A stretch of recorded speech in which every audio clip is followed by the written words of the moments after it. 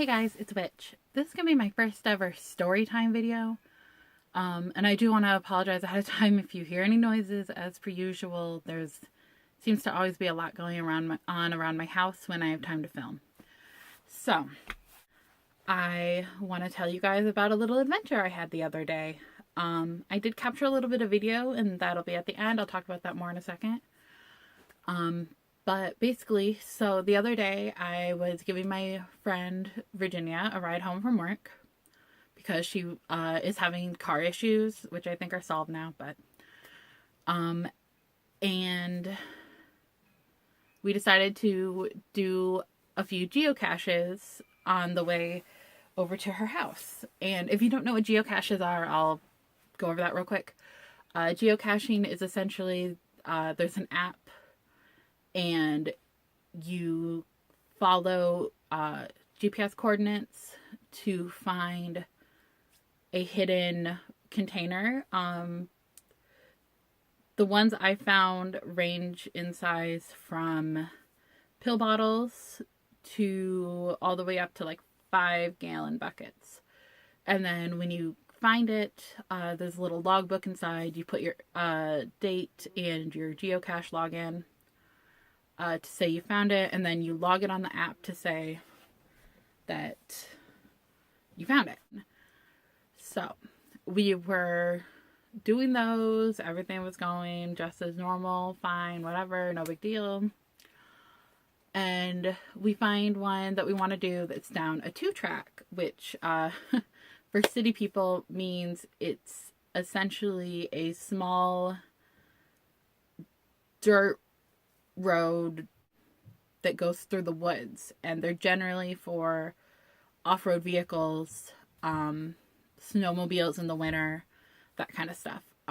They're very much like a small country type thing. They're usually on public property, but some are on private property. Well, anyways, that's kind of a side tangent.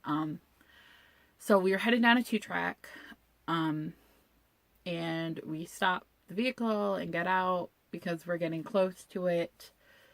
And we see all these turkey buzzards, like fly off, and like a lot of them, like a whole flock of turkey buzzards. And if you don't know, they're really big, so they were hard to miss because they're super big birds. And so we were kind of like, okay, that's weird. We'll see what's going on because that's the direction the geocache is in. So we're going. So as we get closer, we start to smell something like really bad. So we're like, okay, there's going to be like a dead animal over here. It's probably going to be a deer because we're like in the woods, whatever. Like, we'll just kind of go around it and keep going to find our geocache. Like, it's, not uncommon to find dead animals when you live out in like the backwoods. So, but we keep walking and we get to a clearing. And this is clearly where the buzzards were. And there is not a dead deer there, but there is in fact like 10 or 15 giant dead fish everywhere. Okay, they're everywhere. Like, they're all over the clearing, they're all over the path. Like, most of them are like over half eaten or like half deteriorated. The smallest one was probably like over a foot still, and the biggest one was a little over 2 feet. It probably would have been close to my waist had we like stood it up on end. Obviously we didn't touch it, but and that one was a pike. We're not 100% sure what the other kind were. Maybe carp. But they were very, very big. And they smelled terrible. But this is clearly what they've been eating. So you might be thinking like, okay, kind of what's the big deal? But you have to consider, we're in the middle of the woods, okay? I live in Michigan, so there is a lot of bodies of water, kind of like everywhere. But the nearest lake was over a mile away, and it's a very small inland lake. So it's not like flooding could have put them there. It's not like turkey buzzards could have caught them and carried them over a mile when they're that size. Turkey buzzards have been known to catch really small fish, but not fish that size and not carrying them that far. So we're kind of just walking around and examining it, and there's fish like up and down the whole path, like fish scales, fish bones, etc. And it's just like disgusting. It smells bad. And we finally just kind of like walk around them and like pick our way through them to go find the geocache, which we did find. Did find it. So we have some theories on why they were there. And we've asked a couple people and gotten some different opinions on why they might be there from people who have lived in these kind of areas a little bit longer. One theorized that maybe they were using them to try to attract bears for bear hunting, which there's bears in this area, so people hunt them, unfortunately. Someone else thought maybe because of the kind of fish they were, they're not really the kind of fish people generally eat. They're, they're not good for eating as far as humans are concerned. So somebody was thinking probably what happened was somebody caught them, like for sport. They didn't want to eat them, but once a fish is dead, you're not allowed to throw it back into the water. So people kind of just abandoned them down these 2 tracks. Which that was a lot of fish.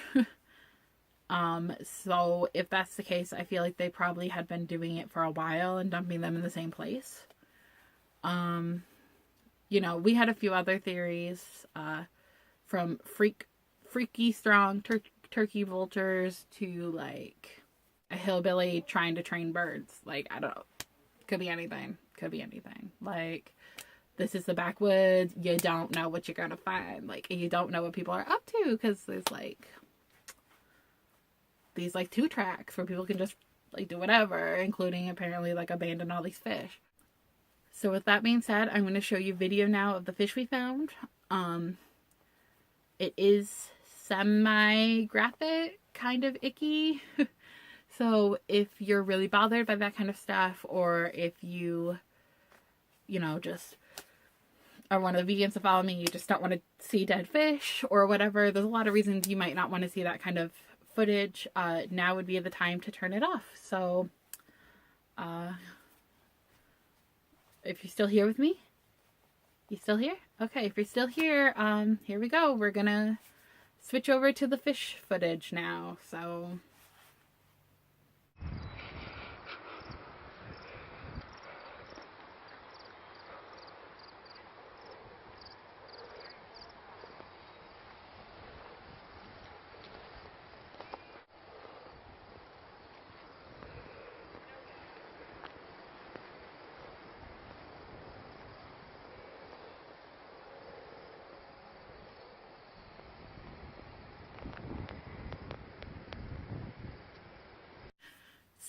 that footage, I